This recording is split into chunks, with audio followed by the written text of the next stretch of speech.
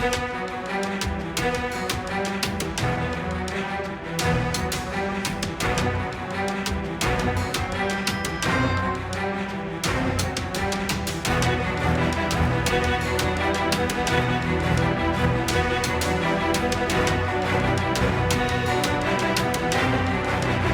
2 वाजेच्या सुमारास मी माझ्या ओपीडीमध्ये पेशंट चेक करत असताना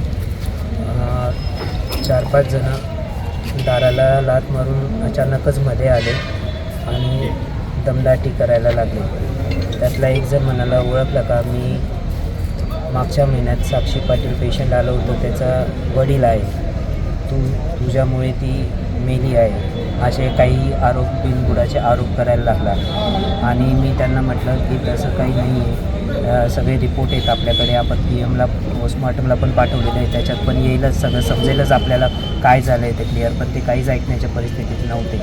त्यांनी पैशाची मागणी केली, पण मग मी त्यांना काही रिस्पॉन्स दिला नाही, तर त्यांनी मला मारहाण करण्याचा प्रयत्न केला. त्याच्यात माझ्या उजव्या डोळ्याला पण लागलं आणि कानाला जोरात मारल्यामुळे मला कानाचं पण उजव्या कानाने ऐकू येत नाही आणि एका डोळ्याने दिसणं पण कमी झालेलं आहे, की दिसत नाही आहे. आणि त्यात मी माझी सुटका करून जायचा प्रयत्न केला, तर ते मागे येऊन परत मला पकडलं, माझ्या गळा दाबला, गळ्यातली चेन काढून घेतली आणि परत मला आणि माझ्या स्टाफला जातीवाचक शिव्या दिल्या आणि परत मारहाण करून मग कसं तरी मी तिथून सुटून इकडे आलो.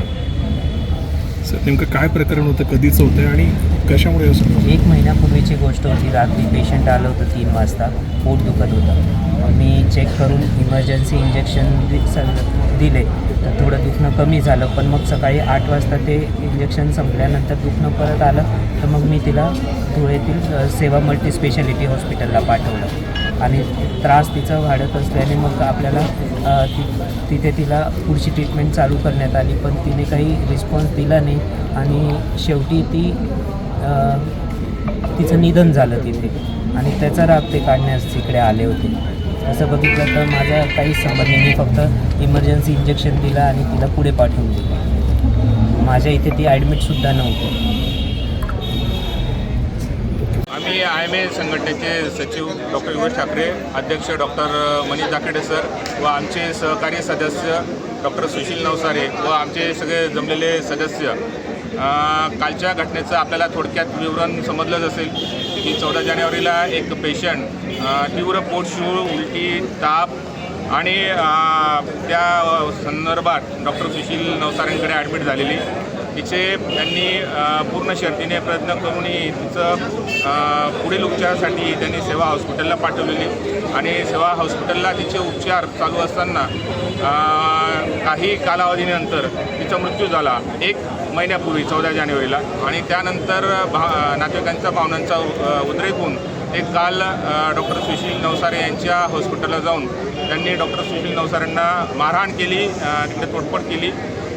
त्या संदर्भात डॉक्टर सुशील नवसारे यांनी आमच्या संघटनेच्या मार्फत व स्वतःच्या याच्या मार्फत गुन्हा नोंदवला व त्याची योग्य दखल पोलिसांनी घेऊन त्वरित त्या 2 आरोपींना अटक केली. एक 3रा आरोपीलाही अटक होण्याचं बाकी आहे. आणि त्या संदर्भात आम्ही सगळे डॉक्टर्स लोक आज पूर्ण कडकडीत निषेध पाळतो आहोत व पुन्हा अशा घटना घडू नयेत व अशा गावगुंडांचा पूर्ण निषेध व्हावा, त्यासाठी हा आमचा बंद आहे. आणि हा समाजात, आपल्या धुळे शहरात, धुळे जिल्ह्यात हा मेसेज जावा की कोणत्याही डॉक्टरला वाटत नाही की आपल्या पेशंटचं काही नुकसान व्हावं. सगळ्यांच्या भावना आमच्या माणूस म्हणून नेहमीच पेशंटबरोबर असतातच. आणि काही जे न्यायसंगत गोष्टी असतील ते न्यायालयाकडनं किंवा पुढच्या कायद्याचे अनुसरूनच व्हायला पाहिजेत. कोणत्याही डॉक्टरवर पुन्हा असा कधीही हल्ला होऊ नये, हीच आमची भावना आहे. मृतात्म्यास आमची श्रद्धांजली आजही आहे, त्याच्या भावना त्या कुटुंबासोबत आजही आमच्या आहेत. आणि त्या भावनांचं पूर्ण आम्ही कदर करूनच सगळ्यांना सांगतो आहे की आमच्या डॉक्टरांचं म्हणणं एकच आहे की तुम्हाला काय जी बाजू मांडायची असेल ते कायद्याला अनुसरून मांडा. डॉक्टरांवर यापुढे हल्ले होणार नाही याची शहराने व जिल्ह्याने काळजी घेतलीच गेली पाहिजे, हीच आमची पुनश्च मागणी आहे. धन्यवाद.